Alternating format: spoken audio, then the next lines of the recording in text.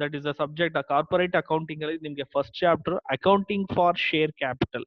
The chapter name is called accounting for share capital. ನಿಮ್ಗೆ ಇದರಲ್ಲಿ main ಆಗಿ ಬರುವಂತದ್ದು ಆಸ್ ಎ ಥಿಯರಿ ಪಾರ್ಟ್ ಅಂದ್ರೆ what you mean by shares and types of shares ಯಾವುದು, ಮತ್ತೆ ಅದ್ರ ಜೊತೆಗೆ ಇಶ್ಯೂ ಆಫ್ ಶೇರ್ಸ್ ಯಾವ್ಯಾವ ರೀತಿ ಮಾಡ್ತಾರೆ, ಅದರಲ್ಲಿ ಓವರ್ ಸಬ್ಸ್ಕ್ರಿಪ್ಷನ್ ಆದ್ರೆ ಮತ್ತೆ pro rate allotment and for future issue of shares. So this is theory part.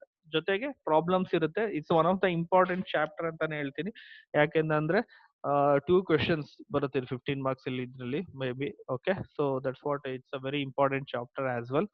So firstly already ನಾನು ನಮ್ಗೆ ಹೇಳಿದೆ, ನಿಮ್ಗೆ company is something like third stage in the evolution of forms of business organisation. So ಯಾವಕ್ಕೆ third stage ಅಂತ ಕರಿತೀವಿ ಕಂಪ್ನಿನ ಅಂತ ಅಂದ್ರೆ, so first ದುಡ್ಡಿದ್ರೆ ನೀವು ಇಂಡಿವಿಜುವಲ್ ಆಗಿ ಬಿಸ್ನೆಸ್ ಮಾಡ್ಬೋದು, ಇಲ್ಲ ಅಂತಂದ್ರೆ ಪಾರ್ಟ್ನರ್ ಕರ್ಕೊಂಡು ಮಾಡ್ಬೋದು. ಎರಡೂ ಇದ್ದು ಚೆನ್ನಾಗಿ ದುಡ್ಡು ಬೇಕು, ಬಂಡವಾಳ ಜಾಸ್ತಿ ಬೇಕು, you need of more capital ಅಂದ್ರೆ then you can go ahead with the company. So sole proprietorship, partnership, ಅದು ಬಿಟ್ರೆ ಇನ್ನು ಚೆನ್ನಾಗಿ ದೊಡ್ಡ ಲಾರ್ಜ್ ಸ್ಕೇಲ್ ಅಲ್ಲಿ ಬಿಸ್ನೆಸ್ ಮಾಡ್ಬೇಕು ಅಂದ್ರೆ you can go for company type. So ಅದಕ್ಕೆ ಇದನ್ನ third stage in the evolution of the forms of organisation ಅಂತ ನಾವು ಕರಿತೀವಿ. Okay, it's a capital, it is contributed by large number of persons. So company ಬಗ್ಗೆ already I defined already about that company ಬಗ್ಗೆ already definitions ನಾನು ನಿಮಗೆ ಕೊಟ್ಟಿದ್ದೀನಿ ನಾನು ನಿಮಗೆ. So it is nothing but it's a company is something artificial persons. It's nothing but what artificial person. ಅದನ್ನ ಏನಂತ ಕರಿತೀವಿ ನಾವು ಆರ್ಟಿಫಿಷಿಯಲ್ ಪರ್ಸನ್ ಕೂಡ ಅಂತ ಕರಿತೀವಿ. Which is large number of person ಅದೇನ್ ಮಾಡಿರ್ತಾರೆ, ಒಂದು ಬಂಡವಾಳ ಆಗಿ ಹಾಕಿರ್ತಾರೆ. So whoever they contributed capital, ಯಾರ್ಯಾರು ಕ್ಯಾಪಿಟಲ್ ಅಥವಾ ಬಂಡವಾಳನ ಹಾಕಿರ್ತಾರೆ ಅವ್ರನ್ನ ನಾವೇನಂತ ಕರಿತೀವಿ ಅಂದ್ರೆ ಶೇರ್ ಹೋಲ್ಡರ್ಸ್ ಅಂತ ನಾವು ಕರಿತೀವಿ. We call them as what share holders. ಅವ್ರನ್ನ ಏನಂತ ಕರಿತೀವಿ ನಾವು ಶೇರ್ ಹೋಲ್ಡರ್ಸ್ ಅಂತ ಕರಿತೀವಿ. ಅವರು ಹಾಕೋ ಕಾಂಟ್ರಿಬ್ಯೂಷನ್ ಅಥವಾ the capital contributed by the share holder, the contribution, the capital contributed by the shareholders, we call them as what share capital ಅಂತ. ಸೊ ಲಾಸ್ಟ್ ಕ್ಲಾಸ್ ಅಲ್ಲಿ ಐ ಡಿಸ್ಕಸ್ ದಿಸ್, ಇದನ್ನು discuss ಮಾಡಿದೆ categories of share capital ಅಲ್ಲಿ. ಅದರಲ್ಲಿ authorised capital firstly, so ಎಷ್ಟು government permission ಕೊಡುತ್ತೆ ಅಥವಾ SEBI permission ಕೊಡುತ್ತೆ according to memorandum of association, ಅದನ್ನ ಏನಂತ ಕರಿತೀವಿ ನಾವು ಆಥರೈಸ್ಡ್ ಕ್ಯಾಪಿಟಲ್. ನೆಕ್ಸ್ಟ್ ಅದರಲ್ಲಿ ಪಬ್ಲಿಕ್ಕಿಗೆ ಎಷ್ಟು ಇಶ್ಯೂ ಮಾಡುತ್ತೆ ಕಂಪನಿ, ಅದನ್ನ ನಾವೇನಂತ ಕರಿತೀವಿ ಇಶ್ಯೂಡ್ ಕ್ಯಾಪಿಟಲ್ ಅಂತ ನಾವು ಕರಿತೀವಿ. ಅದರಲ್ಲಿ ಪಬ್ಲಿಕ್ ಎಷ್ಟು ಸಬ್ಸ್ಕ್ರೈಬ್ ಮಾಡ್ಕೋತಾರೆ, ಎಷ್ಟು ಅಪ್ಲಿಕೇಶನ್ಗಳನ್ನ ತಗೋತಾರೆ, ಅದನ್ನ ನಾವು ಸಬ್ಸ್ಕ್ರೈಬ್ ಕ್ಯಾಪಿಟಲ್ ಅಂತ ಕರಿತೀವಿ. ಅದರಲ್ಲಿ ಎಷ್ಟು ದುಡ್ಡು ಬರಬೇಕಾಗಿರುತ್ತೆ ಇನ್ನುವೆ ನಮ್ಗೆ ಅಂದ್ರೆ ಏನಂತ ಕರಿತೀವಿ ಅದನ್ನ ಕಾಲ್ಡ್ ಅಪ್ ಕ್ಯಾಪಿಟಲ್ ಅಂತ ಕರಿತೀವಿ. ಪೇಯ್ಡ್ ಅಪ್ ಅಂದ್ರೆ ಟೋಟಲ್ ಆಗಿ ಒಂದು ಶೇರ್ಗೆ ಎಷ್ಟು ಬಂತು ದುಡ್ಡು, ನಾವು ಅದನ್ನ ಪೇಯ್ಡ್ ಅಪ್ ಕ್ಯಾಪಿಟಲ್ ಅಂತ ಕರಿತೀವಿ. ಬರ್ದೇ ಇರೋ ದುಡ್ಡನ್ನ ನಾವೇನಂತ ಕರಿತೀವಿ ಅನ್ಕಾಲ್ಡ್ ಕ್ಯಾಪಿಟಲ್ ಅಂತ ನಾವು ಕರಿತೀವಿ. ಬರ್ದೇ ಇರೋ ದುಡ್ಡು ನಾವೇನಂತ ಕರಿತೀವಿ ಅನ್ಕಾಲ್ಡ್ ಕ್ಯಾಪಿಟಲ್ ಅಂತ ನಾವು ಕರಿತೀವಿ. Next is meaning of shares. Meaning of shares, this is most important. So shares, share capital ಅಂತಂದ್ರೆ that is the capital contributed by the shareholders. The capital contributed by the shareholders ನ ನಾವೇನಂತ ಕರಿತೀವಿ share capital. ಒಬ್ಬೊಬ್ಬ shareholders contribute ಮಾಡಿರ್ತಾರೆ. So ಒಂದೊಂದು unit ನ ನಾವೇನಂತ ಕರಿತೀವಿ ಶೇರ್ಸ್ ಅಂತ ಕರಿತೀವಿ. Shares refers to the units into which the total share capital of company is divided. Total share capital ಅಲ್ಲಿ ಒಂದೊಂದು ಯೂನಿಟ್, ಒಂದೊಂದು ಭಾಗನ ಏನಂತ ಕರಿತೀವಿ ನಾವು ಶೇರ್ಸ್ ಅಂತ ನಾವು ಕರಿತೀವಿ. ಒಂದ್ ಭಾಗನ ಏನಂತ ಕರಿತೀವಿ ಶೇರ್ ಅಥವಾ ಶೇರ್ಸ್ ಅಂತ ನಾವು ಕರಿತೀವಿ. ಸೊ ಶೇರ್ಸ್ ಅಂದ್ರೆ ಏನಂತ ಒಂದು ಸಿಂಗಲ್ ವರ್ಡ್ ಅಲ್ಲಿ ನಾವು ಹೇಳೋದಾದ್ರೆ, share is A fractional part of the share capital. Share is a fractional part of the share capital and forms the basis of ownership and forms the basis of ownership and ownership na basis na ಮಾಡುತ್ತೆ on the interest of the company, on the interest of the company ಅಂತ ನಾವು ಹೇಳ್ಬೋದು. That's what ನಾವೇನಂತ ಕರಿಬೋದು share ನ. It's a fractional part of the share capital. It's the ಒಂದು ಭಾಗ, ಒಂದು ಶೇರ್ ಕ್ಯಾಪಿಟಲ್ ನ ಒಂದು ಭಾಗನ ಏನಂತ ಕರಿತೀವಿ ಶೇರ್ ಅಂತ ಕರಿತೀವಿ. ಯಾರು ಕಾಂಟ್ರಿಬ್ಯೂಟ್ ಮಾಡ್ತಾರೆ ಈ ಶೇರ್ಸ್ ನ, ಅವ್ರನ್ನ ನಾವೇನಂತ ಕರಿತೀವಿ ಶೇರ್ ಹೋಲ್ಡರ್ಸ್ ಅಂತ ನಾವು ಕರಿತೀವಿ. We call them as a shareholders. Okay, next types of shares. Types of shares. Usually according to Companies Act, as per the Companies Act, the shares ಅಥವಾ ಟೈಪ್ಸ್ ಅಥವಾ categories ಏನಾದ್ರು ಅನ್ಬೋದು. The shares are two types. One is preference shares, another one is equity share. There are two types of shares. One is preference shares, another one is equity shares. Preference shares ಅಂದ್ರೆ ಏನು, equity shares ಅಂದ್ರೆ ಏನು ಅಂತ ನೋಡೋಣ. So according to section 43, I'm talking about preference shares now. Preference shares ಅಂದ್ರೆ ಏನು ಅಂತ. According to section 43 of the Companies Act 2013, a preference share is one which fulfills the following conditions. Preference shares ಅಂದ್ರೆ ಒಂದು conditions ಇದೆ, ಎರಡು major conditions ಇದೆ. ಅದು fulfil ಮಾಡಿದ್ರೆ ಅದನ್ನ ಏನಂತ ಕರಿತೀವಿ ನಾವು, ಪ್ರಿಫರೆನ್ಸ್ ಶೇರ್ಸ್ ಅಂತ ನಾವು ಕರಿತೀವಿ. ಸೊ ಏನು ಆ condition, what is that condition ಅಂತ ನೋಡಿದಾಗ, that it carries preferential right, that it carries preferential right to dividend to be paid either as a fixed amount payable to preference shareholder or amount calculated by the preference rate of the nominal value of each share before dividend given to or paid to the equity shareholders. So ಏನ್ ಹೇಳುತ್ತೆ ಅಂತಂದ್ರೆ, ಅವ್ರಿಗೆ preference share ಹೋಲ್ಡರ್ಸ್ಗೆ they having own preferential rights, ಅವ್ರದ್ದೇ ಆದ ಒಂದು preferential rights ಇರುತ್ತೆ. Preference share ಹೋಲ್ಡರ್ಸ್ಗೆ ಏನಿರುತ್ತೆ, they having their own preferential rights, they having own preferential rights, ಅವ್ರಿಗೆ ಆದ ಒಂದು ಪ್ರಿಫರೆನ್ಷಿಯಲ್ ರೈಟ್ಸ್ ಅಂತ ಇರುತ್ತೆ. ಸೊ ಯೂಶುವಲ್ ಆಗಿ ಒಂದು ಫಿಕ್ಸೆಡ್ ಅಮೌಂಟ್ ಅವ್ರಿಗೆ ಇರುತ್ತೆ, ಒಂದು ಫಿಕ್ಸೆಡ್ ಪರ್ಸೆಂಟೇಜ್. ನೀವು ನೋಡ್ಬೋದು preference shares are like 8% preference shares, 9% preference shares. ಅಂದ್ರೆ ಅವ್ರಿಗೆ 8% ಮಿನಿಮಮ್ ಅಲ್ಲ, ಫಿಕ್ಸೆಡ್ ಆಗಿ ಅವ್ರಿಗೆ ಇಂಟ್ರೆಸ್ಟ್, ಅದು ಇಂಟ್ರೆಸ್ಟ್ ಅನ್ನಲ್ಲ, ಅವ್ರಿಗೆ ಡಿವಿಡೆಂಡ್ ನ ಕೊಡ್ಲೇಬೇಕಾಗತ್ತೆ. 8%, 9%, 10% ಅವ್ರಿಗೆ ಫಿಕ್ಸೆಡ್ ಅಮೌಂಟ್ ಆಗಿರುತ್ತೆ. ಅಂಡ್ ಈಕ್ವಿಟಿ ಶೇರ್ ಹೋಲ್ಡರ್ಸ್ ಗಿಂತ ಮುಂಚೆನೆ ಅವ್ರಿಗೆ ಡಿವಿಡೆಂಡ್ ನ ಕೊಡ್ಬೇಕಾಗತ್ತೆ. ಅಂತ ಶೇರ್ಸ್ ನ ನಾವೇನಂತ ಕರಿತೀವಿ, ಪ್ರಿಫರೆನ್ಸ್ ಶೇರ್ಸ್ ಅಂತ ಕರಿತೀವಿ. And also winding up, company ಏನಾರ ವೈಂಡಿಂಗ್ ಅಪ್ ಆಗ್ಬೇಕಾದ್ರೆ ಸೆಕೆಂಡ್ ಕಂಡೀಷನ್ ಅದನ್ನೇ ಹೇಳೋದು, that with respect to capital it carries or will carry on the winding up of the company the preferential right to the repayment of capital before anything is paid to the equity shareholders. ಈಗ ಯಾವ್ದೋ winding up ಆಗ್ತಿದೆ company, ಯಾವುದೋ ಒಂದು close ಆಗ್ತಾ ಇದೆ ಅನ್ಕೊಳ್ಳೋಣ. For example companies winding up ಅಂತಂದ್ರೆ close ಆಗ್ತಿದೆ, ಲಿಕ್ವಿಡೇಷನ್ ಆಗ್ತಿದೆ ಅಂತ ಅರ್ಥ. ಆ ಟೈಮಲ್ಲಿ ಫಸ್ಟ್ ಯಾರಿಗೆ ಕೊಡಬೇಕು, ರಿಪೇಮೆಂಟ್ ಯಾರಿಗೆ ಪೇ ಮಾಡಬೇಕು ಅಂದ್ರೆ preference share holders before equity share holders. So ಅದಕ್ಕೆ ಇವ್ರನ್ನ ಪ್ರಿಫರೆನ್ಸ್ ಶೇರ್ಸ್ ನೋಡಿ, ವರ್ಡ್ ಅಲ್ಲೇ ಇದೆ, preference is nothing but their prefer shares. ಅಂದ್ರೆ ಅವ್ರಿಗೆ ಪ್ರಿಫರ್ ಶೇರ್ಸ್, ಅವ್ರಿಗೆ ಕಂಪ್ನಿ ಲಾಭನರಾಗ್ಲಿ ಅಥವಾ ನಷ್ಟನರಾಗ್ಲಿ ಅಥವಾ ಜಾಸ್ತಿ ಲಾಭನರಾಗ್ಲಿ ಕಡಿಮೆ ಜಾಸ್ತಿ ನಷ್ಟನರ ಆಗ್ಲಿ, ಬಟ್ ಅವ್ರಿಗೆ ಮಿನಿಮಮ್ ಇಷ್ಟು ಪರ್ಸೆಂಟೇಜ್ ಏನಂತ ಫಿಕ್ಸ್ ಆಗಿರುತ್ತೆ ಅಷ್ಟು ಪರ್ಸೆಂಟೇಜ್ ಡಿವಿಡೆಂಡ್ ನ ಫಸ್ಟ್ ಅವರಿಗೆ ಕೊಡ್ಬೇಕಾಗತ್ತೆ. ಆಮೇಲೆ ಬೇಕಾದ್ರೆ ನೀವು ಈಕ್ವಿಟಿ ಶೇರ್ ಹೋಲ್ಡರ್ಸ್ಗೆ ಕೊಡಿ ಅಂತ ಹೇಳುತ್ತೆ. So this is all about preference shares. Preference shares ಬೇಕಾದ್ರೆ ಕೆಟಗರೀಸ್ ಆಫ್ ಪ್ರಿಫರೆನ್ಸ್ ಶೇರ್ಸ್ ಅಲ್ಲಿ ನಾವು ಬೇಕಾದ್ರೆ ಪಾರ್ಟಿಸಿಪೇಟಿಂಗ್ ಪ್ರಿಫರೆನ್ಸ್ ಶೇರ್ಸ್ ಅಂತ ನೋಡ್ಬೋದು. ಅಂದ್ರೆ ಅವರು ಯೂಶುವಲ್ ಆಗಿ ಪ್ರಿಫರೆನ್ಸ್ ಶೇರ್ ಹೋಲ್ಡರ್ಸ್ಗೆ ಒಂದು ನಾವು ಅಬ್ಸರ್ವ್ ಮಾಡಿದಾಗ there is no right to participate. ಅವ್ರಿಗೆ ಯಾವುದೇ ರೀತಿ ಪಾರ್ಟಿಸಿಪೇಷನ್ ಮಾಡೋ ಹಕ್ಕಿರಲ್ಲ.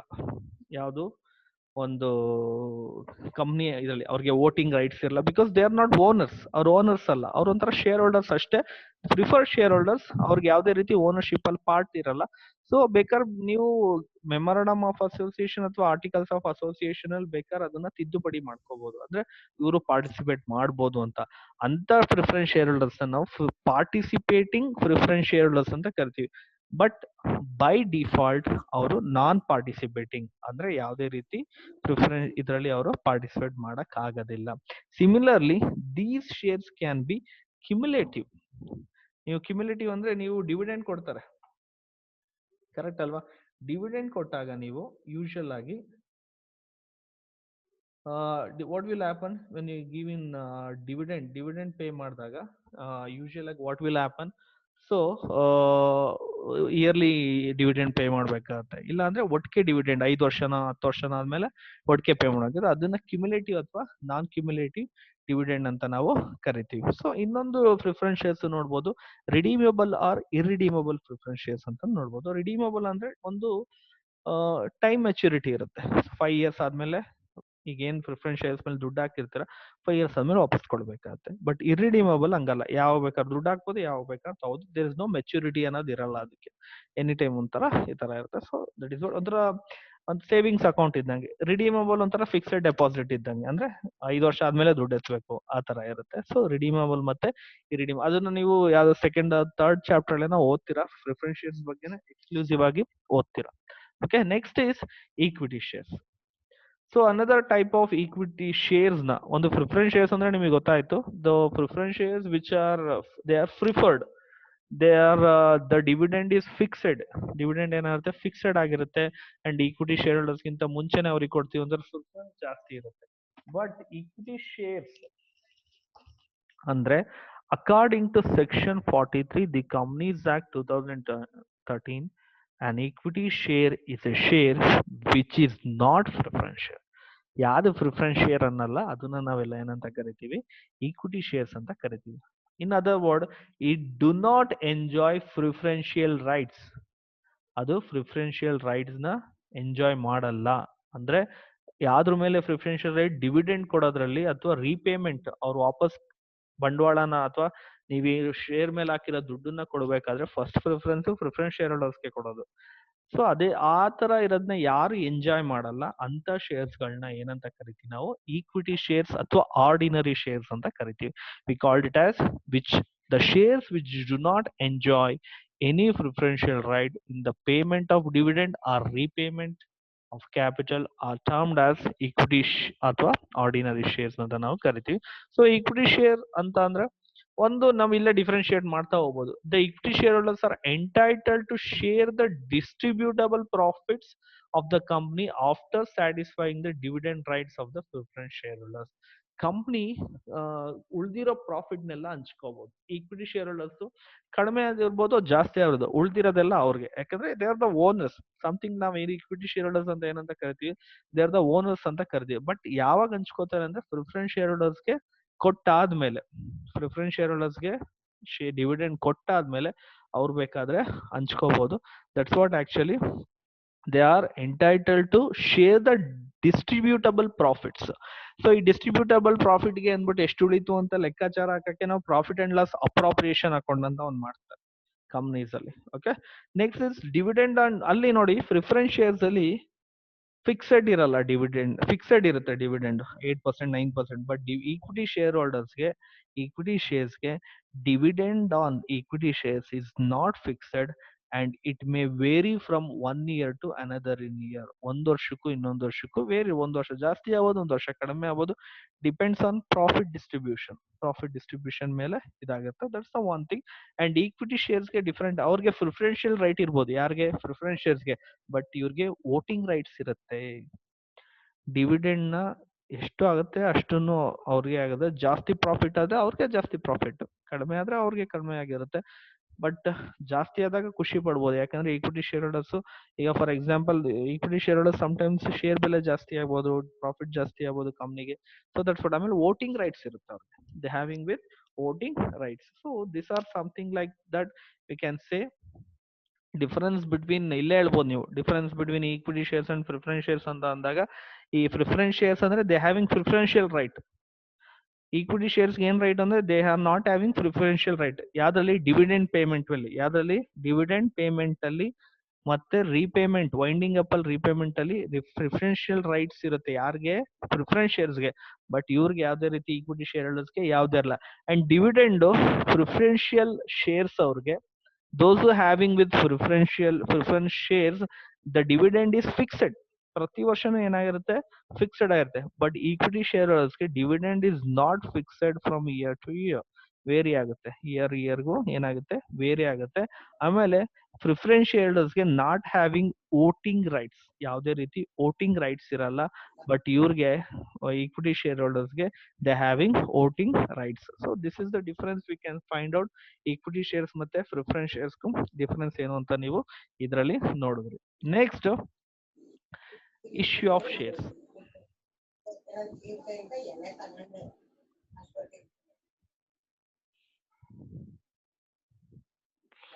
ಶೇರ್ಸ್ ನ ಇಶ್ಯೂ ಮಾಡೋದು ಹೇಗೆ?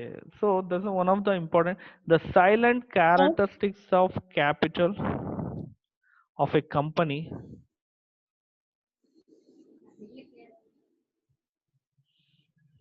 characteristics of the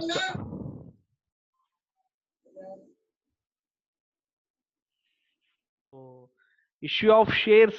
The silent characteristic of company capital of a company is that amount on its share can be gradually collected in easy installments spread over a period of time depending upon its growing financial requirement. So one thing ನಾವು ಹೇಳ್ಬೋದು, so company shares ದುಡ್ಡನ್ನ first issue ಮಾಡಬೇಕಾದ್ರೆ, firstly company ಯಾವುದೇ share issue ಮಾಡಬೇಕಾದ್ರೆ ಒಂದು instalment ಅಲ್ಲಿ ದುಡ್ಡನ್ನ collect ಮಾಡುತ್ತೆ. ಸೊ ಒಂದೇ ಸಲ ದುಡ್ಡನ್ನ ಕಲೆಕ್ಟ್ ಮಾಡಲ್ಲ. ಫಾರ್ ಎಕ್ಸಾಂಪಲ್, ಯಾವುದೋ 1,00,000 ಶೇರ್ಸ್ ನ ಇಶ್ಯೂ ಮಾಡ್ತಾರೆ.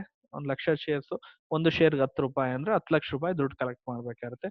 ಅಪ್ಲಿಕೇಶನ್ ಅಲ್ಲಿ 2 ರೂಪಾಯಿ, ಅಲಾಟ್ಮೆಂಟ್ ಅಲ್ಲಿ 5 ರೂಪಾಯಿ. ಸೊ ಸಮಥಿಂಗ್ ಅದೇನ್ ಮಾಡ್ತಾರೆ, they cut down into instalments. So ಒಂದು ಕಾಲ್ ಸ್ಟೇಜ್ ಅಂತ ಕೊಡ್ತಾರೆ, ಒಂದು ಫಸ್ಟ್ ಕಾಲ್, ಸೆಕೆಂಡ್ ಕಾಲ್ ಅಂತ ಕೊಡ್ತಾರೆ. ಸೊ ಈ ತರ ಏನ್ ಮಾಡ್ತಾರೆ, ದಿಸ್ ಇನ್ಸ್ಟಾಲ್ಮೆಂಟ್ ತರ ಮಾಡ್ತಾರೆ. So shares is like that actually. The first instalment is collected. First instalment ಯಾವ್ದ್ರಲ್ಲಿ ಬರುತ್ತೆ ಅಂದ್ರೆ ಅಪ್ಲಿಕೇಶನ್ ಅಲ್ಲಿ ಬರುತ್ತೆ. ಸೊ ಅದನ್ನ ಅಪ್ಲಿಕೇಶನ್ ಮನಿ ಅಂತ ಕರಿತೀವಿ. ಸೆಕೆಂಡ್ ಯಾವ್ದ್ರಲ್ಲಿ ಬರುತ್ತೆ ಅಂದ್ರೆ ಅಲಾಟ್ಮೆಂಟ್. ಸೊ ಅದನ್ನ ಅಲಾಟ್ಮೆಂಟ್ ಮನಿ ಅಂತ ಕರಿತೀವಿ. ಸೊ ಇನ್ನೂ ಒಂದು ಇನ್ಸ್ಟಾಲ್ಮೆಂಟ್ ಕೊಡೋದಾದ್ರೆ ಅದನ್ನ ಕಾಲ್ ಅಂತ ಕರಿತೀವಿ ನಾವು. ಸೊ ರಿಮೈನಿಂಗ್ ಇನ್ಸ್ಟಾಲ್ಮೆಂಟ್ ಏನಂತ ಕರಿತೀವಿ ನಾವು, ಕಾಲ್ ಅಂತ ಕರಿತೀವಿ. ಅದನ್ನ ಫಸ್ಟ್ ಕಾಲ್, ಸೆಕೆಂಡ್ ಕಾಲ್, ಫೈನಲ್ ಕಾಲ್ ಅಥವಾ 3 ಕಾಲ್ ತರ ಮಾಡ್ಕೋಬಹುದು. ಫಾರ್ 10 ರೂಪಾಯಿನ 2 ರೂಪಾಯಿ, 2 ರೂಪಾಯಿ, 2 ರೂಪಾಯಿ 5 ಭಾಗ ಮಾಡಿದ್ರೆ ಫಸ್ಟ್ 2 ರೂಪಾಯಿ ಅಪ್ಲಿಕೇಶನ್ ಮನಿ, ಸೆಕೆಂಡ್ 2 ರೂಪಾಯಿ ಅಲಾಟ್ಮೆಂಟ್ ಮನಿ, ಆಮೇಲೆ ಅಲಾಟ್ಮೆಂಟ್ ಆದಷ್ಟು ಕಾಲ್ ಮನಿ ಅಂತ ಕರಿತೀವಿ. ಅದನ್ನ ನಾವು ಫಸ್ಟ್ ಕಾಲ್, ಸೆಕೆಂಡ್ ಕಾಲ್ ಅಥವಾ ಫೈನಲ್ ಕಾಲ್ ಅಂತ ಕರಿತೀವಿ. ಅಲ್ಲೆಲ್ಲ 2 ರೂಪಾಯಿ, ಟೋಟಲ್ ಎಷ್ಟಾಗುತ್ತೆ, 10 ರೂಪಾಯಿ ಆಗುತ್ತೆ. ಸೊ ಈ ತರ ಅದನ್ನ ಮಾಡ್ತಾ ಹೋಗ್ತೀವಿ. So that's what actually. So issue of shares ಈ ತರ ಆಗುತ್ತೆ. ಸೊ ಶೇರ್ ನ ಇಶ್ಯೂ ಮಾಡ್ಬೇಕಾದ್ರೆ ಸ್ಟೆಪ್ಸ್ ಗಳೇನೇನು, what are the steps that is included in issue of shares. So the first step, issue of prospectus. First step ಯಾವುದು, ಒಂದು share ನ issue ಮಾಡಬೇಕು ಅಂತ ಅಂದ್ರೆ company first issues the prospectus to the public. ಒಂಥರ public ಗೆ ಏನ್ ಮಾಡ್ಬೇಕು, ಪ್ರಾಸ್ಪೆಕ್ಟಸ್ ಅಂತ ಕರಿಬೇಕು. ಸೊ ಪ್ರಾಸ್ಪೆಕ್ಟಸ್ ಅಂತಂದ್ರೆ ಒಂಥರ ಕಂಪ್ನಿ ತನ್ನ ಬಗ್ಗೆ ಹೇಳ್ಕೊಳ್ಳುವಂಥದ್ದು. So prospectus is an invitation to the public that new company has come into existence and need funds for doing business, and its need funds doing business. It contains complete information about company and the manner in which the company and which the money is to be collected from the prospective investors. ಅಂದ್ರೆ ಯಾರು prospective investors ಯಾರು investment ಮಾಡ್ಬೇಕಾದ್ರೆ ಅವ್ರಿಗೊಂಥರ invitation ಕೊಟ್ಟಂಗೆ, ನಾವು ಒಂದು new company ಮಾಡ್ತಾ ಇದೀವಿ, ಈ ಕಂಪ್ನಿದು ಫಂಡ್ ಇಷ್ಟು ಬೇಕಾಗಿರುತ್ತೆ, ಸೊ ಒಂದು ಶೇರಿನ ಮೊತ್ತ ಎಷ್ಟಿರುತ್ತೆ, ಇದೆಲ್ಲ ಎಷ್ಟಿದೆ, ಅದ್ರ ಹಿಸ್ಟ್ರಿ ಎಲ್ಲ ಹಾಕ್ಬಿಟ್ಟು ಒಂದು ಪ್ರಾಸ್ಪೆಕ್ಟಸ್ ನ ರೆಡಿ ಮಾಡಿ ವಿತ್ ಅಪ್ಲಿಕೇಶನ್ ಫಾರ್ಮ್ ನ ಕೊಡ್ತಾರೆ. That is first step, issue of prospectus. ಇದಾದಷ್ಟು ಇಷ್ಟ ಆದವ್ರು ಏನ್ ಮಾಡ್ತಾರೆ, when prospectus is issued to the public, prospective investors ಯಾರು ಇನ್ವೆಸ್ಟ್ಮೆಂಟ್ ಮಾಡಬೇಕು ಅನ್ನೋರು subscribe the share capital of the company would make an application ನ ಹಾಕ್ತಾರೆ ವಿತ್ ಅಪ್ಲಿಕೇಶನ್ ಮನಿ. ನಾನು ಆಲ್ರೆಡಿ ಹೇಳಿದ್ನಲ್ಲ, ನಂಗೆ 100 ಅಪ್ಲಿಕೇಶನ್ ಬೇಕು, ಒಂದು ಅಪ್ಲಿಕೇಶನ್ 2 ರೂಪಾಯಿ ಅಂದ್ರೆ ಎಷ್ಟು, 200 ರೂಪಾಯಿ ಕಟ್ಬಿಟ್ಟು ನಾನು ಏನ್ ಮಾಡ್ಬೇಕು, ಅಪ್ಲಿಕೇಶನ್ ನ ಹಾಕ್ಬೇಕು. Deposit the same with the scheduled bank. ಒಂದು ಮರ್ಚೆಂಟ್ ಬ್ಯಾಂಕ್ ಅಂತ ಕೊಡ್ತಾರೆ, ಆ ಬ್ಯಾಂಕ್ ಅಲ್ಲಿ ತಗೊಂಡೋಗಿ ಕಟ್ಟಬೇಕು as specified in the prospectus. The company get minimum subscription. Minimum ಒಬ್ಬ ಒಂದೊಂದು ಶೇರ್ ತಗೊಳಕಾಲ, ಒಬ್ಬೊಬ್ಬ 50 ಮಿನಿಮಮ್ ಸಬ್ಸ್ಕ್ರಿಪ್ಷನ್ ಅಂತ, 50 ಶೇರ್, 25 ಶೇರ್, 100 ಶೇರ್ ಅನ್ನ ಮಿನಿಮಮ್ ಅಂತ ಹೇಳ್ತಾರೆ, ಅದಾಕ್ಬೇಕು. ಸೊ ವಿತಿನ್ 120 ಡೇಸ್ ಒಳಗಡೆ ಪ್ರಾಸ್ಪೆಕ್ಟಸ್ ಇಶ್ಯೂ ಆಗಿದ್ದು 120 ಡೇಸ್ ಒಳಗೆ ಆ ದುಡ್ಡು ಇದಾಗಬೇಕು. If the company fails to receive the same within the period ಒಳಗೆ ಆಗ್ಲಿಲ್ಲ ಅಂತಂದ್ರೆ ಇನ್ನೊಂದು 10 ದಿನ ಎಕ್ಸ್ಟೆಂಡ್ ಮಾಡ್ಕೋಬಹುದು. Allotment application should be return within 130. ಏನೋ ಆಗ್ಲಿಲ್ಲ, ಎಲ್ಲ ಇಶ್ಯೂ ಮಾಡಕ್ ಆಗ್ಲಿಲ್ಲ ಅಂತಂದ್ರೆ ಅದನ್ನ ರಿಟರ್ನ್ ಮಾಡ್ಬೇಕಾಗತ್ತೆ 130 ಡೇಸ್ ಒಳಗೆ. ಓಕೆ, ನೆಕ್ಸ್ಟ್ ಇಸ್ ಅಪ್ಲಿಕೇಶನ್ ನ ಇಟ್ಸ್ಕೊಂಡ್ಮೇಲೆ ಶೇರ್ಸ್ ನ ಅಲಾಟ್ಮೆಂಟ್ ಮಾಡ್ಬೇಕಾಗತ್ತೆ. ಸೊ ಶೇರ್ ನ ಅಲಾಟ್ ಮಾಡ್ಬೇಕಾಗತ್ತೆ. If the minimum subscription has received, the company may proceed for the allotment of shares after fulfilling certain legal formalities ಯಾವ್ದು ಇದಾಗುತ್ತೆ ಅದನ್ನೆಲ್ಲ ಫುಲ್ಫಿಲ್ ಆದ್ಮೇಲೆ ಇದ್ ಮಾಡ್ಬೇಕಾಗತ್ತೆ. Letters of allotment are send to those whom the shares have been allotted. Letters ಕಳಿಸ್ತಾರೆ, ಯಾರು shares allot ಆಗಿದೆ ಅವ್ರಿಗೆಲ್ಲ. ಲೆಟರ್ಸ್ ಟು ರಿಗ್ರೆಟ್ ದೋಸ್, ಕೆಲವ್ರಿಗೆ ಅಲಾಟ್ ಆಗಲ್ಲ, ಜಾಸ್ತಿ ಶೇರ್ಸ್ ಗಳ ಅಪ್ಲಿಕೇಶನ್ ಬಂದ್ಬಿಡ್ತು, ಅವ್ರು ಅಲಾಟ್ ಮಾಡ್ಬೇಕಾದ್ರೆ ಒಂದ್ 10,000 ಶೇರ್ ಅಲಾಟ್ ಮಾಡ್ಬೇಕು ಅಂತ ಹೇಳ್ತಾರೆ, 20,000 ಅಪ್ಲಿಕೇಶನ್ ಬಂತು. ಅವ್ರಿಗೆ ಏನ್ ಮಾಡ್ಬೇಕು, ಅಲಾಟ್ ಆದವ್ರಿಗೆ ಒಂದು ಅಲಾಟ್ಮೆಂಟ್ ಲೆಟರ್ ಕಳಿಸ್ಬೇಕು, ಅಲಾಟ್ ಆಗದೆ ಇದ್ದವ್ರಿಗೆ ಅವ್ರಿಗೆ ರಿಗ್ರೆಟ್ ಅಂತ ಒಂದು ಕಳಿಸ್ಬೇಕಾಗತ್ತೆ. ವೆನ್ ಅಲಾಟ್ಮೆಂಟ್ ಇಸ್ ಮೇಡ್ ಒಂದು ಕಾಂಟ್ರಾಕ್ಟಿಗೆ ಬಂದಂಗಾಗುತ್ತೆ. ಕಂಪ್ನಿ ಮತ್ತೆ ಅಪ್ಲಿಕೆಂಟ್ ಮಧ್ಯೆ ಅವರು ಶೇರ್ ಹೋಲ್ಡರ್ ಆಗ್ತಾರೆ. ಯಾರು ಅಲಾಟ್ ಆಗುತ್ತೆ ಶೇರ್ಸ್ ನ ಅವ್ರನ್ನ ಏನಂತ ಕರಿತೀವಿ ನಾವು, ಶೇರ್ ಹೋಲ್ಡರ್ಸ್ ಅಂತ ಕಂಪನಿ ಅಂತ ನಾವು ಕರಿತೀವಿ. ಸೊ 3 ಸ್ಟೇಜಸ್ ಅಲ್ಲಿ ನೋಡ್ಬೋದು: issue of prospectus, receipt of applications ಮತ್ತೆ ಅಲಾಟ್ಮೆಂಟ್ ಆಫ್ ಶೇರ್ಸ್ ಅಲ್ಲಿ ನಾವು ನೋಡ್ಬೋದು. Next is calls in arrears. So calls in arrears ಅಂತಂದ್ರೆ ನಾನು ಆಲ್ರೆಡಿ ಹೇಳಿದೆ, ಇನ್ಸ್ಟಾಲ್ಮೆಂಟ್ ಅಲ್ಲಿ ಅಪ್ಲಿಕೇಶನ್ ಶೇರ್ ದುಡ್ಡನ್ನ ಕಲೆಕ್ಟ್ ಮಾಡ್ತಾರೆ. ಅಪ್ಲಿಕೇಶನ್ ಮನಿ, ಅಲಾಟ್ಮೆಂಟ್ ಮನಿ, ಕಾಲ್ ಮನಿ ಅಂತ 3 ತರ ಇರುತ್ತೆ. ಸೊ ಕಾಲ್ ಮನಿ ಬೇಕಾದ್ರೆ ಫಸ್ಟ್ ಕಾಲ್ ಮನಿ, ಸೆಕೆಂಡ್ ಕಾಲ್ ಮನಿ, ಫೈನಲ್ ಕಾಲ್ ಮನಿ ಈ ತರ ಆಗ್ಬೋದು.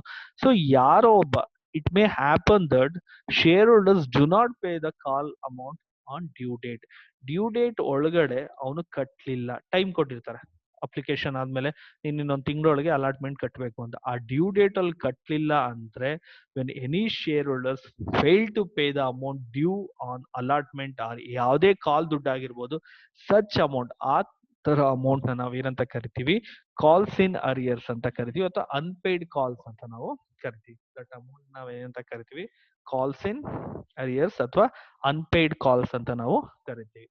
So calls in arrears usual ಆಗಿ ಡೆಬಿಟ್ ಬ್ಯಾಲೆನ್ಸ್, ಕಾಲ್ಸ್ ಅಕೌಂಟ್ ಅಲ್ಲಿ ಏನ್ ಆಗುತ್ತೆ ಅದು ಡೆಬಿಟ್ ಬ್ಯಾಲೆನ್ಸ್ ಆಗುತ್ತೆ. ಅಂದ್ರೆ ದುಡ್ಡು ಬರ್ಲಿಲ್ಲ, ನಮ್ಗೆ ಇದು ಬರ್ಬೇಕಾಗಿರೋ ದುಡ್ಡು ಬರ್ಲಿಲ್ಲ. ಈಗ ಯಾವ್ದೋ ಒಂದು, ಯಾರೋ ಒಬ್ಬ 100 ಶೇರ್ ತಗೊಂಡಿರ್ತಾನೆ, ಅಪ್ಲಿಕೇಶನ್ 2 ರೂಪಾಯಿ ಕಟ್ಟಿರ್ತಾನೆ, ಅಲಾಟ್ಮೆಂಟ್ ಕಟ್ಟೋದಿಲ್ಲ, ಸೊ 2 ರೂಪಾಯಿ ಅಲ್ಲಿಗೆ ಸ್ಟಾಪ್ ಆಗುತ್ತೆ. ಸೊ ಅದನ್ನ ಕಾಲ್ಸ್ ಇನ್ ಅರಿಯರ್ಸ್, ಡೇಟ್ 1 ತಿಂಗಳು ಟೈಮ್ ಕೊಟ್ಟಿರ್ತಾರೆ, ಕಟ್ಲಿಲ್ಲ ಅಂದ್ರೆ ಏನಾಗುತ್ತೆ, ಅದು ಕಾಲ್ಸ್ ಇನ್ ಅರಿಯರ್ಸ್ ಆಗುತ್ತೆ. ಈಗ ಫಾರ್ ಎಕ್ಸಾಂಪಲ್ ನೀವೇನು, articles of association of company May empower the director, ನಾ ಆಮೇಲೆ ಕಟ್ತೀನಿ ಅಂತ ಅಂದ್ರೆ ಲೇಟ್ ಆಗಿ ಕಟ್ತಾ, ಈಗ 1 ತಿಂಗಳು ಆದ್ಮೇಲೆ ಕಟ್ಟಲಿಲ್ಲ, ಅದಕ್ಕೆ ಆರ್ಟಿಕಲ್ಸ್ ಆಫ್ ಅಸೋಸಿಯೇಷನ್ಗೆ ಡೈರೆಕ್ಟರ್ಸ್ಗೆ ಒಂದು ಪವರ್ ಕೊಟ್ಟಿದ್ದಾರೆ. ನೀವು ಅದಕ್ಕೆ ಬೇಕಾದ್ರೆ ಇಂಟ್ರೆಸ್ಟ್ ನ ಚಾರ್ಜ್ ಮಾಡ್ಬೋದು ಲೇಟ್ ಆಗಿ ಕಟ್ಟಿದ್ರೆ. The rule content table F ಅಲ್ಲಿ ಏನು ಇದು ಮಾಡುತ್ತೆ ಅಂದ್ರೆ, ರೇಟ್ 10% ಗಿಂತ ಜಾಸ್ತಿ ಆಗಂಗಿಲ್ಲ. ಅಂದ್ರೆ ಪರ್ ಆ್ಯನಮ್ಗೆ 10% ಗಿಂತ ಜಾಸ್ತಿ ಇಲ್ದಲೆ ನೀವು ಆ ದುಡ್ಡನ್ನ ಕಟ್ಟಬಹುದು. ಈಗ ಲೇಟ್ ಆಯ್ತು ಅಂದ್ರೆ ಟೈಮ್ ಪೀರಿಯಡ್ ಅಂತ ಇರುತ್ತೆ, ಅದನ್ನ ಯಾವ್ದ್ರಲ್ಲಿ ಇರಬೇಕು ಅಂದ್ರೆ ಆರ್ಟಿಕಲ್ಸ್ ಆಫ್ ಅಸೋಸಿಯೇಷನ್ ಅಲ್ಲಿ ಮೆನ್ಷನ್ ಮಾಡಿರ್ಬೇಕು, ಇಲ್ಲ ಅಂತಂದ್ರೆ ಇದಾಗಲ್ಲ. ಸೊ ಇದಕ್ಕೆ this is nothing but calls in arrears ನೀವು ಸ್ಟಡಿ ಮಾಡುದು. ಇದಕ್ಕೆ ಅಪೋಸಿಟ್ ಆಗಿ, ಇದಕ್ಕೆ ಕಾಂಟ್ರಾಸ್ಟ್ ಆಗಿ there is a word called calls in advance. ಏನಂತ ಕರಿತೀವಿ ಅದನ್ನ, ಕಾಲ್ಸ್ ಇನ್ ಅಡ್ವಾನ್ಸ್ ಅಂತ ನಾವು ಕರಿತೀವಿ. ಕಾಲ್ಸ್ ಇನ್ ಅಡ್ವಾನ್ಸ್ ಅಂತ ಅಂದ್ರೆ, some times share holders pay part or whole the amount of the calls not yet made. ಅಂದ್ರೆ ಇನ್ನೂ ಆಗಿಲ್ಲ, ಟೈಮೇ ಆಗಿಲ್ಲ, ಆಗ್ಲೇ ಏನ್ ಮಾಡಿರ್ತಾರೆ ಅವರು ಪೇ ಮಾಡಿರ್ತಾರೆ. The amount so received from the share holder is known as calls in advance. ಅದನ್ನ ಏನಂತ ಕರಿತೀವಿ ನಾವು, ಕಾಲ್ಸ್ ಇನ್ ಅಡ್ವಾನ್ಸ್ ಅಂತ ನಾವು ಕರಿತೀವಿ. So amount received in advance liability ತರ, ನಮ್ಗೆ ಯಾಕಂದ್ರೆ ಮುಂಚೆನೆ ದುಡ್ಡು ಇಸ್ಕೊಂಡಿರ್ತಾರಲ್ಲ, ಅದು it is nothing but liability ಅಂತಾನೆ ಕರಿತೀವಿ. ಸೊ ಕಾಲ್ಸ್ ಅಕೌಂಟ್ ಅಲ್ಲಿ ಅದು ಕ್ರೆಡಿಟ್ ಆಗಿರುತ್ತೆ, ಅದೇನಾಗಿರುತ್ತೆ, ಕ್ರೆಡಿಟ್ ಆಗಿರುತ್ತೆ. The amount received will be adjusted towards payment of calls when they become due. Table F ಪ್ರಕಾರ ಕಂಪ್ನೀಸ್ ಆಕ್ಟ್ ಕೂಡ ಇದ್ರ ಮೇಲೂ ಕೂಡ ಇಂಟ್ರೆಸ್ಟ್ ಕೊಡ್ಬೋದು, ಬಟ್ ನಾಟ್ ಎಕ್ಸೀಡಿಂಗ್ 12% ಅಂತ ಹೇಳಿದ್ದಾರೆ. ಸೊ ಮುಂಚೆನೆ ಕಟ್ಟಿದ್ರೆ ಬೇಕಾದ್ರೆ ಇಂಟ್ರೆಸ್ಟ್ ಪಡಿಬಹುದು ಅಂತ ಅಕಾರ್ಡಿಂಗ್ ಟು ಇದು ಕೊಟ್ಟಿದ್ರೆ. If it is only in articles of association ಅಲ್ಲಿ ಇದ್ರೆ ಮಾತ್ರ, ಅವರು ಏನಾದ್ರು ಪ್ರಿಸ್ಕ್ರೈಬ್ ಮಾಡಿದ್ರೆ ಮಾತ್ರ ಅದನ್ನ ನೋಡ್ಬೋದು. ಓಕೆ, ನೆಕ್ಸ್ಟ್ ಟರ್ಮಿನಾಲಜಿ ಹೋಗೋಣ. ಸೊ ಕಾಲ್ಸ್ ಇನ್ ಅರಿಯರ್ಸ್ ಅಂದ್ರೆ ಗೊತ್ತಾಯ್ತು, ಕಾಲ್ಸ್ ಇನ್ ಅಡ್ವಾನ್ಸ್ ಅಂದ್ರೆ ಗೊತ್ತಾಯ್ತು. The next terminology is over subscription. So over subscription, as I told, ನಿಮ್ಗೆ ಹೇಳ್ದೆ, ನಿಮ್ಗೆ 10,000 ಅವ್ರಿಗೆ ಇಶ್ಯೂ ಮಾಡಿರ್ತಾರೆ ಪಬ್ಲಿಕ್ಕಿಗೆ, ಬಟ್ ಸಬ್ಸ್ಕ್ರೈಬ್ ಆಗಿರೋದು 20,000 ಅಪ್ಲಿಕೇಶನ್. ಅಂದ್ರೆ ಅಷ್ಟು ಜಾಸ್ತಿ ಜನ ಅಪ್ಲಿಕೇಶನ್ಸ್ಗಳು ಬಂದಿದೆ, ನನಗೆ ಶೇರ್ ಬೇಕು ಅಂತ ಅಪ್ಲಿಕೇಶನ್ಸ್ ಏನಾಗಿದೆ ಇದಾಗಿದೆ. ಈಗೆಲ್ಲ ಆನ್ಲೈನ್ ಆಗಿರೋದ್ರಿಂದ ಯಾರು ರೆಗ್ಯುಲರ್ ಪ್ರಾಸ್ಪೆಕ್ಟಸ್ ಇರಲ್ಲ, ಆನ್ಲೈನ್ ಇದೆ, ಕ್ಯಾನ್ ಎನಿವನ್ ಕ್ಯಾನ್ ಅಪ್ಲೈ ಆಗಿರೋದ್ರಿಂದ ಈ ತರ ಓವರ್ ಆಗಿ ಅಪ್ಲಿಕೇಶನ್ ಬಂದಿದೆ. So there are some instances when applications for more shares of a company are received than the number of offered to the public for subscription. ನಾವು ಪಬ್ಲಿಕ್ಕಿಗೆ offer ಮಾಡಿರೋದ್ಕಿಂತ ಜಾಸ್ತಿ public shares ನ apply ಮಾಡಿರ್ತಾರೆ. So ಅದನ್ನ ಏನಂತ ಕರಿತೀವಿ, this usually happens, ಅದನ್ನ ಏನಂತ ಕರಿತೀವಿ, ಓವರ್ ಸಬ್ಸ್ಕ್ರಿಪ್ಷನ್ ಅಂತ ಕರಿತೀವಿ. ಜಾಸ್ತಿ ಜನ ಸಬ್ಸ್ಕ್ರೈಬ್ ಮಾಡಿದ್ರೆ, ಯೂಶಲಿ ಎಲ್ಲಾ ಕಂಪ್ನಿಗಳು ಆಗಲ್ಲ, ತುಂಬಾ ಸ್ಟ್ರಾಂಗ್ ಫೈನಾನ್ಷಿಯಲಿ ಇರೋಂತ ಕಂಪ್ನಿಗಳಿಗೆ ಮಾತ್ರ ಈ ತರ ಓವರ್ ಸಬ್ಸ್ಕ್ರಿಪ್ಷನ್ ಆಗೋದು.